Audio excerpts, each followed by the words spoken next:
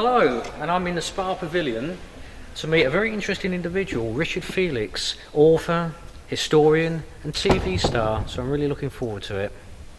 Hello, and today I'm in the Spa Pavilion with Richard Felix, star of Most Haunted and loads of other shows. Thanks for coming on. It's a pleasure. So first of all, why are you in the Spa Pavilion? Well, A, it's haunted, Yeah. and B, we're doing a new show. It's called Psychic and Science. Apparently it's the UK's first interactive paranormal show. Right. 2-hour show with me and Chris Conway, who was the last medium on Most Haunted, who managed to, was one of the few that escaped from Most Haunted. Richie Ross, the producer, has put together this amazing show, basically. Interactive, using the audience on stage, down in haunted locations, and trying to explain and trying to prove what ghosts really are. So is this a totally new series of shows you're doing? Is this the first one at the Spa Pavilion? Or? It's the first one this year. Right. We actually started last year, Yeah. the last 3 months of last year, did 15 shows around the country. Extremely well received, I have to say. It's very good reviews. And Felixstowe is the first one for 2012. Oh, brilliant. So what have you experienced at these other theatres, and have you seen any ghosts? Well, no, I haven't seen a ghost on the show, but one of the things that we do at the end of the show is we try and, for want of a better word, conjure up an apparition. Right. From out of the fabric of the building, because I'm a huge believer in a lot of ghosts are actually nothing more than a recording, as I will be by the time this goes out. We can accept that, but the fact that there might be something recorded into the fabric of the building, we can't accept yet, and that's what I think a lot of ghosts are. And the whole idea of it is to conjure up through a machine that zaps the walls in a haunted building with electricity. We have smoke, plasma, lights, all manner of things that might just sort of capture the image, and we get the whole of the audience to do a Robbie Williams with the cameras. Right. Everybody gets the cameras, their phones out, and take photographs of the smoke to see if they can actually see an image. You want to see some of the results that we've had. Do you get people getting scared? No. To be quite honest with you, I've had people after the show saying, thought I was going to be really scared, but it's not. And of course, which is one of the many things that I say to people is that the profession of a ghost, if it had one, wouldn't be to scare you. We're frightened because we don't understand it. Of course, yeah. But to be honest, I mean, the other thing, of course, we do is we actually have we send someone off on a lone vigil, On their own? all alone, into the most haunted part of the theatre, with a camera on them in the pitch black, and we wait and see what happens. We try and get everyone to sort of use their energies and all of this sort of stuff to try and get if there is a spirit in the building, to interact in some way with that poor person alone. And yeah, we've had the occasional person that actually couldn't stand it, that has had to come out. We've had strange things happen. We had one lady on one of the shows where her eyes, I mean, obviously in night vision, your eyes look funny. They do, yeah. Her eyes were demonic, is the only word I can use. I'm getting scared. It was something special. We still can't understand what happened, why. She said she felt all right, but I tell you, she didn't look all right. Yeah. So all in all, it's a very, very different show. Nobody, as far as I know, anywhere has ever created anything quite like this, and it's working. So what about you? I understand you use Ouija boards. Oh God, yeah. Because I know a lot of mediums that Ooh. I've worked with won't touch them. Yeah, They no. say, they open the door to the devil. That's right. You're opening dark and all that. Well, before we actually do it, I have my own desk up there, a little bit like I did on Most Haunted when we did the lives and that sort of stuff. And when we do the Ouija board, everyone said, "Oh my God, no!" And we ask how many people are frightened of doing it, and people put their hands up, that sort of stuff. And I explain to people before we even start that it's a form of communication, demonized by the church, because any form of communication with spirit is deemed to be demonic as regards to the church, and it's also been demonized, of course, by Hollywood. It has, yes, of course. With programs like Poltergeist and that sort of stuff. Everyone thinks that there's something scary about it. But it's not. It's just a form of communication. It's a board with letters on it, yes and no, hello, goodbye. And it's no different, in my opinion, to standing in a circle, holding hands and saying, is there anybody there? And all I say to people is, if you've got dark doors, don't do it. But I also suggest you don't go and see Paranormal Activity 3 either. I haven't seen that. Is it really bad? Very good. No, but it's the same thing. Yeah. If you're slightly that way inclined, then it may open those dark doors that you think you may have. Right. But there's absolutely nothing.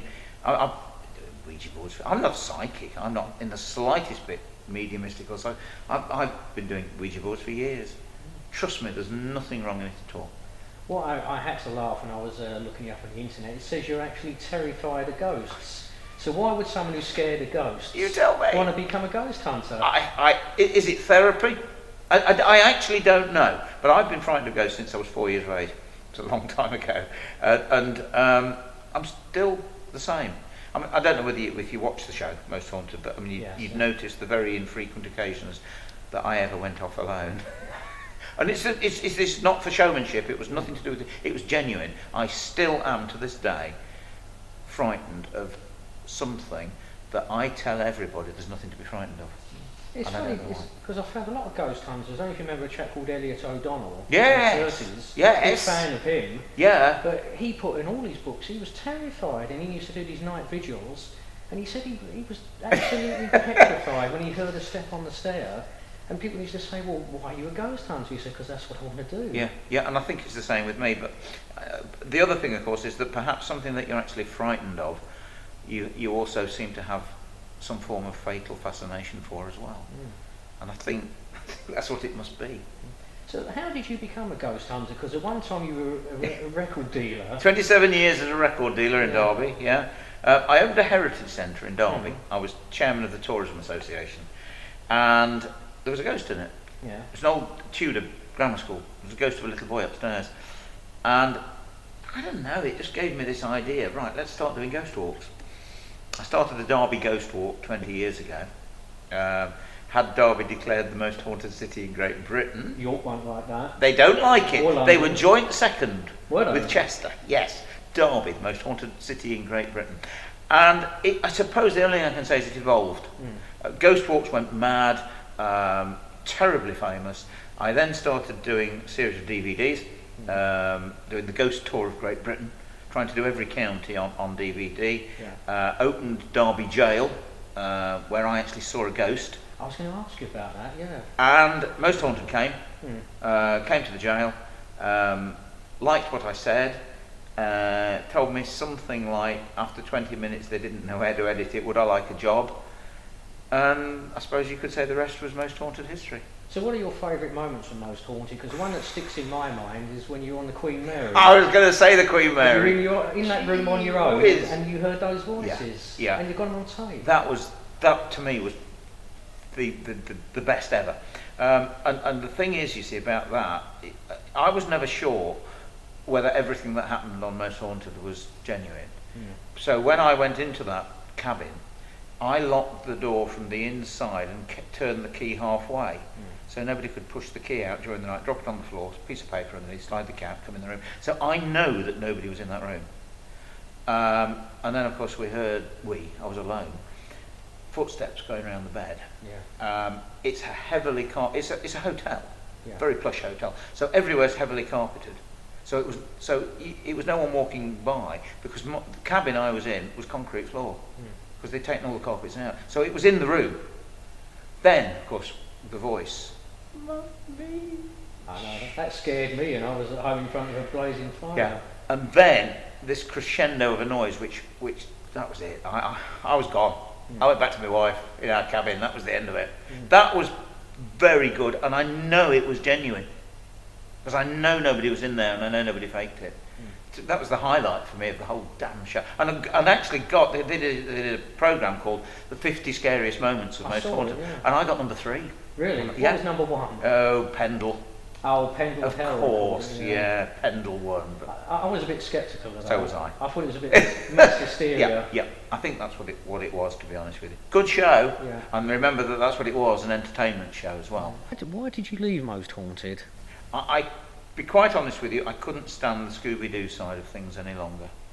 Right. I wanted, when a door slammed shut, and we all jumped, and Yvette screamed, and you jumped off your sofa at home, that was great, you'd had the scare factor. On the show, that would have been a scary ghost. It had to be a scary ghost. I wanted to go away and check, see if someone's left a window open, because it's a windy night. And that never happened.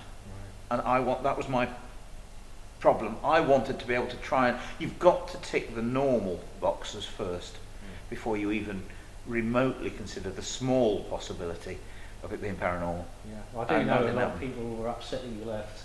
Well, I was upset, really, because I have to say, I mean, I thank them for what they've done for me, for my profile, and I also thank them for what they've done for the paranormal world, because that single show's created more argument, more debate, more discussion, and more research than any ghost program ever has in the whole history of TV. But for me, what started out well degenerated into Scooby-Doo. I have to agree. I have to, really. And that was my serious concern. And so I thought, right, okay, then time to go, Richard. And tell us about this book that you've done. It's supposed to be really controversial. What is a ghost? Terribly controversial. I mean, number one, first thing I'd explained is the word. G-H-O-S-T. I won't explain it all now, but because everyone's doing a ghost walk, a ghost event, but they don't understand what the word means. All it means is to be terrified of, to be frightened of. But terribly controversial because I try and explain the whole damn thing, and do remember, I'm not an expert. I'm just a guy that's fascinated by the subject.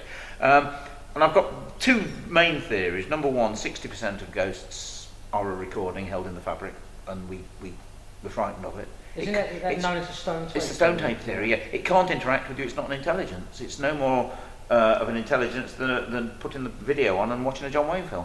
He's dead, it's a recording. But the other 40% I believe to be an entity, a spirit and soul of a dead person, an intelligence. And a lot of those I believe are still here because of the teachings of the church. And so because of that, I've had created a certain amount of controversy with the church, and I've sent a copy of the book to the Pope. The Pope? Oh yeah, a copy to the Archbishop of Canterbury, the Archbishop of Westminster, and not one of them's had the decency to reply to me yet. Not right. And I think it went straight in the bin.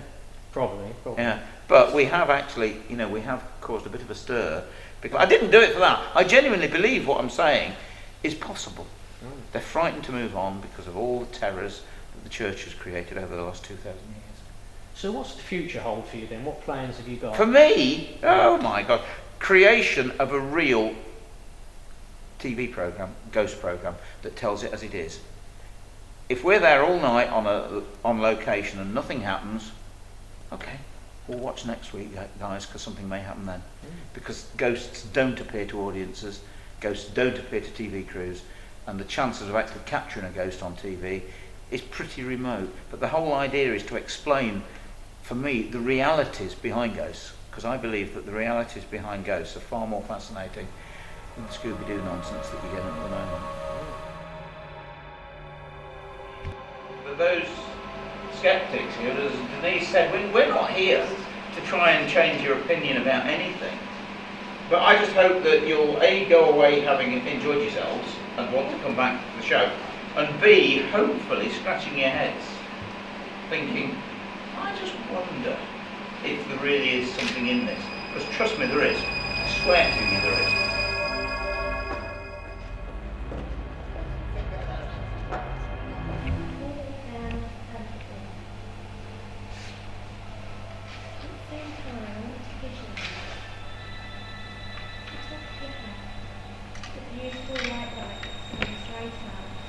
John, were you the manager here at this wonderful theatre? Were you the manager of the Spa? Well, yeah, and that's all you need to do, and then just take it back again for me. Take it back to the centre, let it go back to the floor, very gently. Well done. Yeah, absolutely. So that's a yes. You were the manager here. John, did you? Jake, can you tell me what you're picking up in this area? Okay, in here there's a young girl who comes through. She had only been 14, 15 years old, and she was a ballerina. I call her. She's got the the shoes on, which is maybe where the tap dancing was coming in. And I was drawn to the back of the room as well, like she was being watched when she used to do this. I know it was a huge passion for her, so whether it was this film or not, she would be there every day on the stage dancing. I'd like to ask a few questions first of all. Are you a male spirit? Are you a man, a boy or a youth? Take it to yes or no for me. Yes is here, no is over there. Are you a male spirit? A man, a boy or a youth? Are you a male spirit? No. Is it no? Where is it? I don't even know. Thank you so much. Please, every time, please move it back to the centre for me, Spirit. It's so much easier then for when we're talking. Right. So it's pretty obvious. It goes without asking, doesn't it? You're a female. You're a lady, a woman, a girl. Thank you very much. Amazing. Please back to the centre for me. Thank you so much. Are you over 21 years of age? I know it's not a good thing or nice thing to ask a lady. Are you over 21 years of age?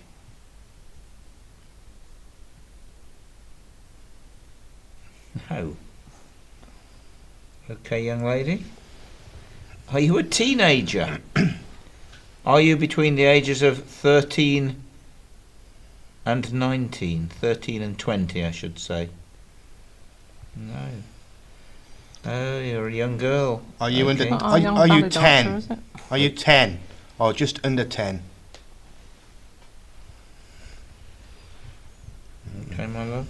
That's wonderful. Thank you very much. So you're a little girl. Are you connected in some way with this theatre? No. Okay, my love. Right. Are you in some way connected with the land where this theatre is? Okie dokie, fantastic, thank you very much. Are you connected with a building that was on this land before? Yes. Okay. You read my mind. No, not in any way, no. Did you die here? No. Did you live here? Did you die in Felixstowe? Okay. In the sea? Were you drowned? Were you drowned here? No. Gosh. Come on. Were you run over? Were you knocked down? Gosh. Near here, do you think, or not? Was it outside here on the road? Gosh, no wonder. Okay, so it must have been while this building was here, obviously. No. Really? Well, this was built Was in it? 1909. Was it a horse and carriage that Aha. run you over?